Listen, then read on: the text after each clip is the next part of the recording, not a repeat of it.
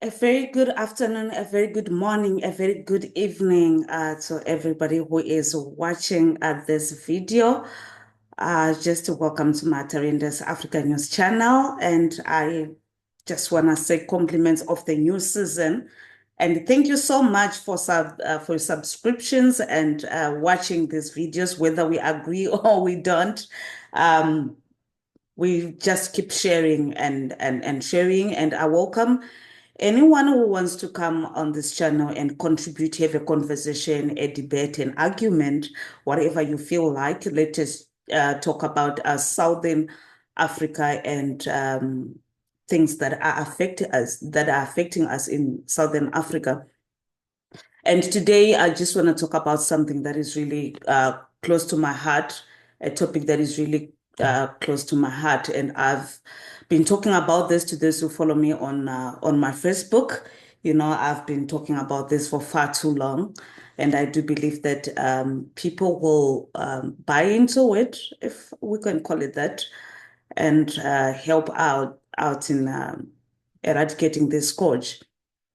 Well, this is the issue of child marriages and teenage pregnancies in Southern Africa, and I'll touch on South Africa, looking at what happened in Eastern Cape and KZN on Christmas Day and New Year's, where girls between the ages of 10 to 12 gave birth. I know that in Eastern Cape, a 26-year-old was arrested for making a 12-year-old pregnant. This is something that is really happening, and this is one of the many cases. These are the few of the many cases, and when we look at um, a report that was shared by South Africa Statistics data for teenage pregnancies 2022 to 2023, over 150,000 young girls were pregnant in the 2022-2023 financial year. More than 2,700 girls aged between 10 and 14 gave birth at public health care facilities across the country. In KZN, KwaZulu-Natal, between April and December 2022, 26,515 pregnancies occurred among girls aged 10 to 19, with 1,254 of those new mothers being 14-year-olds or younger. The National Department of Health figures show that between April 2020 and March 2023, almost 11,500 babies were born to girls aged 10 to 14. Close to 365 teenagers give birth in South Africa every day, according to the latest district health barometer. In the Eastern Cape, more than 4,000 girls aged between 10 and 19 have given birth since April 2024, with almost 100 of these girls are being between 10 and 14 years old. Looking at Zim, according to the Zimbabwe Statistical Agency, Zimstat, Vital Statistics report 69,335 adolescent females aged 10 to 19 had live birth in the 12 months preceding the 2022 census night. This data includes 696 girls aged 10 to 14 gave birth in 2022. The remaining 68,639 births were to girls aged 15 to 19. Out of a total of 439,458 live births recorded during this period, 15.8% were by adolescents aged 10 to 19. Additionally, the report shows that 27.6%, that's 120,542 of all live births were by women aged 20 to 24. These figures highlight the significant issue of adolescent pregnancy in Zimbabwe, with a considerable number of very young girls, 10 to 14 years old, experiencing pregnancy and childbirth. Now, just looking at these numbers and these age groups, man, there's a lot that needs to be done. There is a lot that needs to be done, but the question that we need to ask ourselves first, we're sleeping with these girls, with 10 to 14-year-olds. In the case of Eastern Cape and KZN, there's a 26-year-old man involved. There is a 36-year-old as well involved who have met this girl who is under the age of 16, a mother twice. So when you look at these things, you ask yourself questions like, what are we doing as parents? What are you doing as men? I'm pushing this to men. Forgive me, but I'm pushing this to men because there are men out there, perverts, who are sleeping with these kids. I haven't had a case of a 12-year-old boy making a 10-year-old girl pregnant. You might share any details if there's something like that, but most of the time is an older guy doing this. Somebody older raped a 10-year-old and made her pregnant. There is no other way. There's no better word. It's rape. When a 26-year-old sleep with a 10-year-old, it's called rape. It doesn't matter whatever words we want to use or however we want to sugarcoat it. Just look at your 10-year-old daughter or niece. Do you think lomtana uvutiwe? Do you think that child is old enough to have sex? That's a child carrying another child, and we are watching. I want us to be realistic and think about this. It's very difficult to see things that way if you don't have a child or a niece who've been in this situation. There are several key factors that people always highlight, and what these statistics always highlight. Poverty and economic decline, lack of education. 90% of teenage mothers in a study only had primary education. Information and education gaps were prevalent among 96.3% of cases, highlighting the need for comprehensive sexuality education. Family structure and dynamics, being single orphans, which constitutes to 75% of cases, and being chased from home, which is 61.3% of cases, were linked to teenage pregnancies. Orphans are being taken advantage of by older men who come and offer a certain lifestyle or certain basic needs, especially in poverty-stricken communities. You would find somebody working in town, a business person, a guy in diaspora who just come with a pair of shoes or sanitary pads and just manipulate that girl, lure her into sleeping with him. These things are happening, and when you say she should say no, an older person is the one who should know that what they are doing is wrong. They're the ones who know what is right and what is wrong. Even when we talk about 16 as the age of consent, there is the age of consent, there is the maturity. Can you say a 16-year-old is mature enough to know if they should say yes or no to a 60-year-old man? They are not mature enough to know. They need protection, they need guidance, they need all the education they can get. So those who are in certain situations, certain communities are not able to access such privileged information. People who now have access to social media, have got the internet, yes, they can. They can learn a lot from podcasts, from videos, posts, and all of that, and all the data that we share here, they can have access to it. It's no longer like back in the day where the aunties and uncles were involved and available to guide the, young people. They would sit down with young people, both boys and girls, and talk about these things. A boy will grow up knowing that I need to reach a certain age, have a number of cows before I can even think about this. These days is just what it is. It's okay when you are of age, when you are a young woman who now knows what she wants out of life and is making that informed decision. But a 10-year-old is not old enough to make an informed decision. She was taken advantage of, she was raped. Then we've got the religious and cultural factors. Membership in certain religious sects, particularly apostolic sects, contributed to 82.3% of teenage pregnancy cases in one study. Social norms and beliefs also expose teenagers to early pregnancies.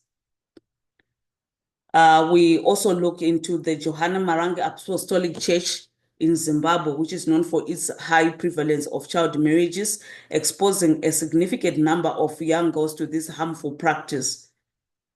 There's not much, the exact numbers of girls, underage girls who fall pregnant in this sect because they don't keep the data anyway. But girls as young as 10 years old are encouraged to marry older men within the church for spiritual guidance and all other stupid reasons. And when it comes to the Johanna Maranga sect, to those who've been following me for some time, you know that I was born in the Johanna Maranga sect and I grew up in the Johanna Maranga sect. So I know firsthand how things are done. I know firsthand how everything works out in the church. You would think, what about the parents?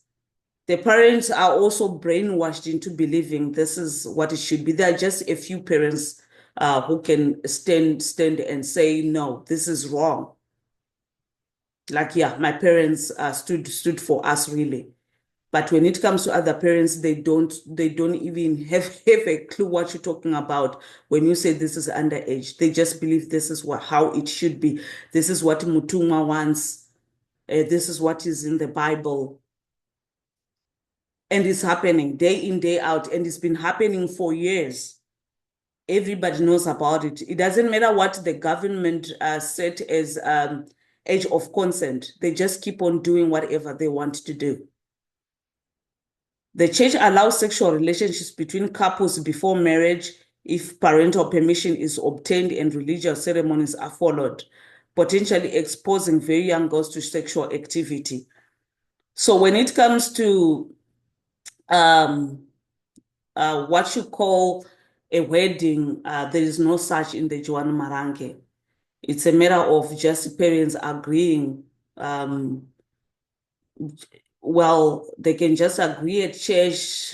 They can just go to each other's house and be like, I really want you to marry your daughter as my fifth wife, seventh wife, whatever the case might be. And in some cases, you would find that an older man will just go and take the girl that he wants from school, pick her from school, take her to his home, and then he will just send people to tell the parents that I'm the one with your daughter, things like that. And during the church gatherings, July, some in August, some in November, April, men just pick girls at church, I just want her, and they just get married, and that's it. There are a few cases where the parents will negotiate lobola and all that. It's not even part of their belief. There is no white weddings or traditional wedding or whatever the case might be. It's just you just pick and choose and take whatever he wants, and that's it. Girls who fail virginity tests are forced into polygamous marriages with older men. Yeah, this happens. There are virginity testing that happens during the church conferences, church gatherings. You go with the older women, they check they test you. And after checking that you are a virgin, if you are not a virgin, they give you a torn leaf, and they separate you from those who are still virgins. Doesn't matter what age, it could be 10-year-old, 12-year-old. They separate you. When you get there, yeah, you see the older men walking around, checking which one can I pick. So it's like a failing virginity test. It's like an embarrassment to the family, to your father, to your mother. So the best way, if there is somebody who wants to marry you, an older person, you have no choice. Yeah, you are an embarrassment, and you should just go. And being forced to marry older men is not just for those who failed the virginity test, even the virgins. Once you reach grade 7, your education is good enough. You need to go and get married. That's just how it works. And you really can't say no, because that's what the church is all about. It's either you say no and run away, or your parents will just say no and maybe stay in church, but it will just be something else, or they can just choose to stop going to church, and that's it. The typical age at first marriage in Zimbabwe is 18 years, but child marriage is okay between the ages of 15 to 22, with some cases involving even younger girls. Zimbabwe has a child marriage rate of 33%, slightly higher than the global average of 29%, with the practice being more prevalent among apostolic sects like Johanna Marange. And I know Johanna Marange was banned in Mozambique sometime in 2023. It was banned in Mozambique. It was in Mozambique, the DRC. I know the part of Congo that really practice this.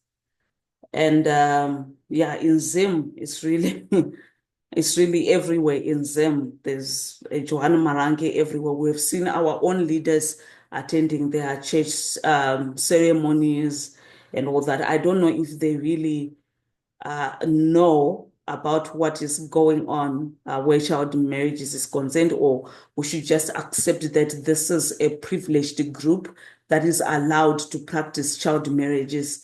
I haven't heard any female MP talking about the child marriages at Johanna Marange, or putting their foot down when it comes to this.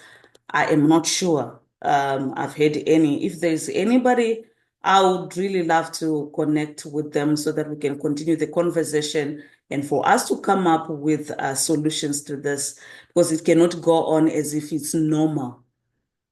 It's within the Johanna Marange. Some people who don't even attend it, they're also doing the very same thing. So it's like we are getting used to it. And one day we'll wake up with a leader who believes in all of that, and they will say age of consent is 5 years old, and you cannot do anything about it.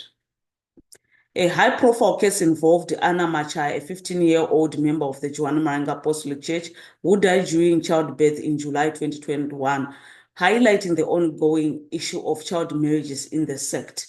Yes, we all saw that that girl who died during childbirth, very young girl, died at the Johanna Marange sect. You also know that it's very dangerous for these girls, because the Johanna Marange, they don't go to the hospital.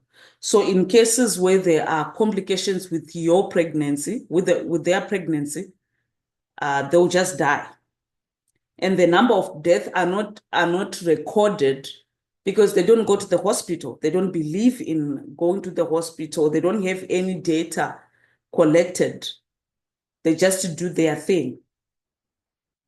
So when it comes to that, it's not even easy to quantify the number of young girls who have died. And some of these deaths, people just bury their kid and move on with life. That's just what it is. We just think social media now and smartphones, because people are beginning to expose these things. But over the years, when we didn't have access to the internet in the most parts of Zim, and no smartphones, it will just be another case. I spoke to one lawyer in Zim and asked them, why is it people are not getting arrested and sent to prison for this? Because this is rape. This is raping young girls. And the lawyer said to me, we can only take this to court if somebody reports it.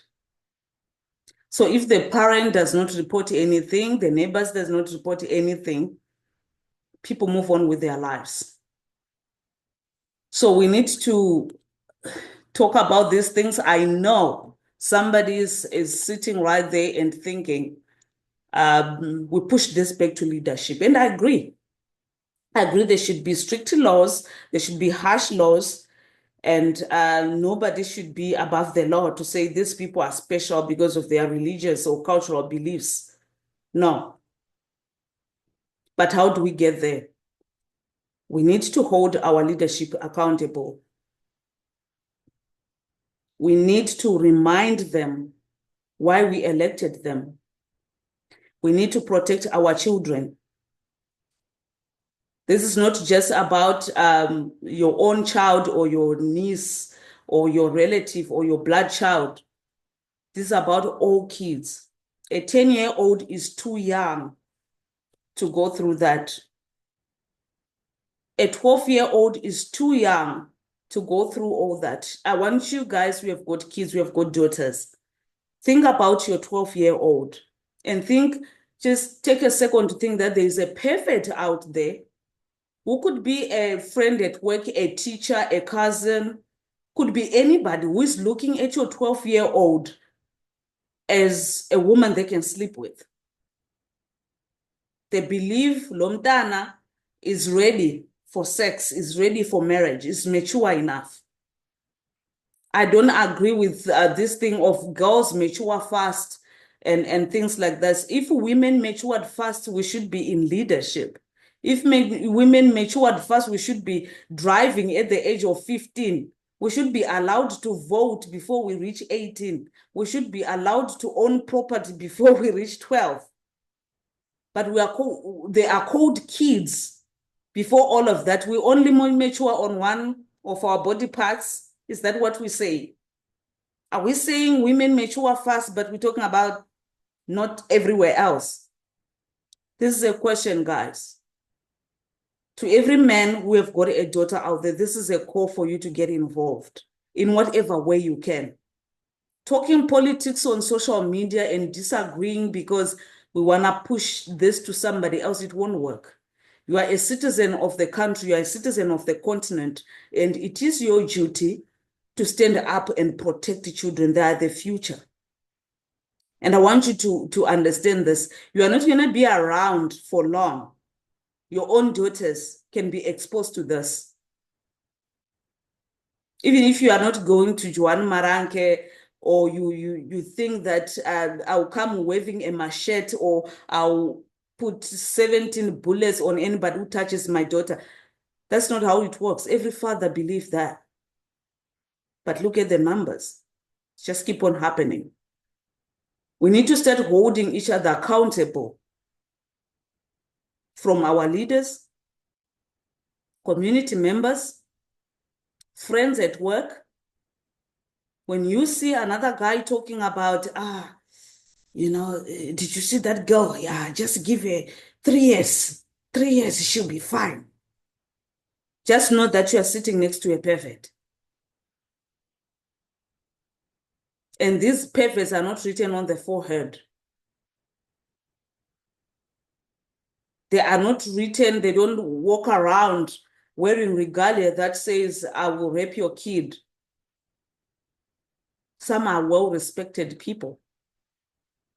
We have seen cases of people in leadership, people in business, sleeping with underage girls and getting away with it. And now it's no longer just girls, and boys too. And boys too. They're being exposed to all of this. And it's actually worse for boys because they can't talk about it. They can't tell anybody. It's too embarrassing. And usually there are no signs like pregnancy that this kid have been sexually molested. There are no signs. So let us think about this. Let us talk about this. Let us continue the conversation. Let us expose such people. And this is not one person's duty. This is not a time to insult whoever you want to insult. It is a time for you to take action as an individual in your community. It is time for you to take that leadership role and do what needs to be done. Let us continue engaging, and this is a call to anybody and everybody who is working on cases and issues like this. You are more than welcome to come here on my channel and let us further discuss how we can do, what we can do to fight this disease among us. I know so many people wants to talk about this. So many people wants this to stop. We want to blame somebody. We want to do everything that we can that this stops. Just know that you are not alone. There are so many people who have started the conversation. We've got so many relevant bodies that are involved. Let us create databases in the communities that we live in. You just look around you and see how many girls fell pregnant maybe last year or gave birth at a very young age. Who is responsible? Who is the father? Let us report cases like that. Don't just look at it and say mapositori. There are some kids who just don't know that this is wrong and what is happening to them is wrong. They've watched their mothers getting married. They've watched their mothers going through a lot.